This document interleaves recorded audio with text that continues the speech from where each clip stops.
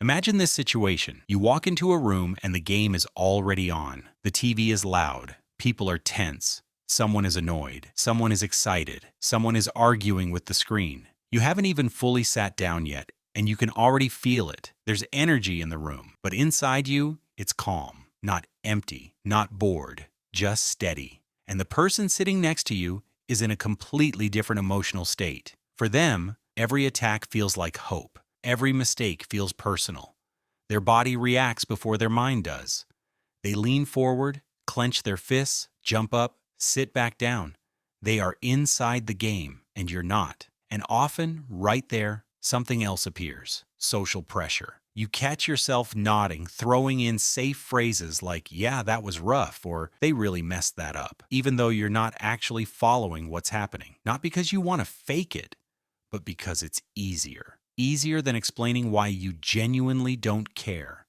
And that's an important point. People who don't follow sports are often labeled as boring, not because of who they are, but because they don't participate in a shared ritual. In many cultures, there's still an unspoken rule that if you're a man and you don't care about sports, something must be off. You're either not a real man, or you're emotionally distant, or you're just dull. But not caring about sports doesn't make you empty. And it definitely doesn't make you less alive. It simply means your emotions turn on in different places. To understand this, you have to look honestly at what a sports fan feels while watching. When the Lakers lose a final, it's rarely just a game. It can ruin the entire day. The mood drops, irritation lingers, conversations feel heavier. Someone might be short-tempered or withdrawn, not because something real happened in their life, but because their team lost. Now flip the situation. Cristiano Ronaldo wins the World Cup. For a fan, that's a massive emotional high, joy, energy, a sense that the day feels lighter. They're smiling, talking more, feeling charged, and that emotion is real, but it's entirely tied to someone else's achievement. And that's normal. The tension comes when that fan looks at you and genuinely can't understand your reaction. How can you not feel anything? To them, your calm looks like emotional emptiness, but it's not. It's just a different way of relating to emotions. If you don't follow sports, you simply don't experience those emotional swings.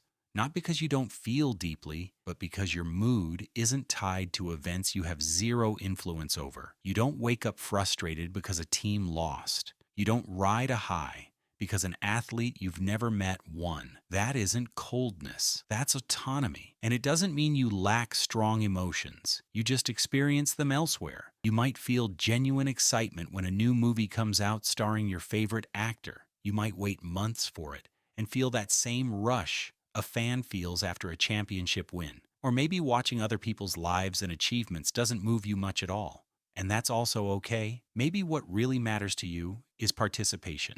You feel something when you beat a difficult level in a game because it was your decision, your timing, your effort. Or when you finish a painting, build something, solve a problem, or complete a project you've been working on. The emotion there is different. It doesn't explode for a few minutes. It settles deeper. It stays. Often, this difference starts early in life. Some people grew up going to games, talking about scores at the dinner table, being surrounded by sports culture. Others grew up in completely different environments, different interests, different rhythms. You didn't choose not to care about sports, it just happened. And that's not a flaw. People who don't obsess over sports often have a different relationship with silence. After an emotionally charged evening, they don't need to replay moments in their head. They don't need analysis, breakdowns, highlights. For them, silence isn't emptiness, it's space, a place to reconnect with themselves. So if you ever sit among sports fans and feel like you're in a different room, it doesn't mean you're disconnected from life. It means you're tuned into it differently. And if someone sees you as boring,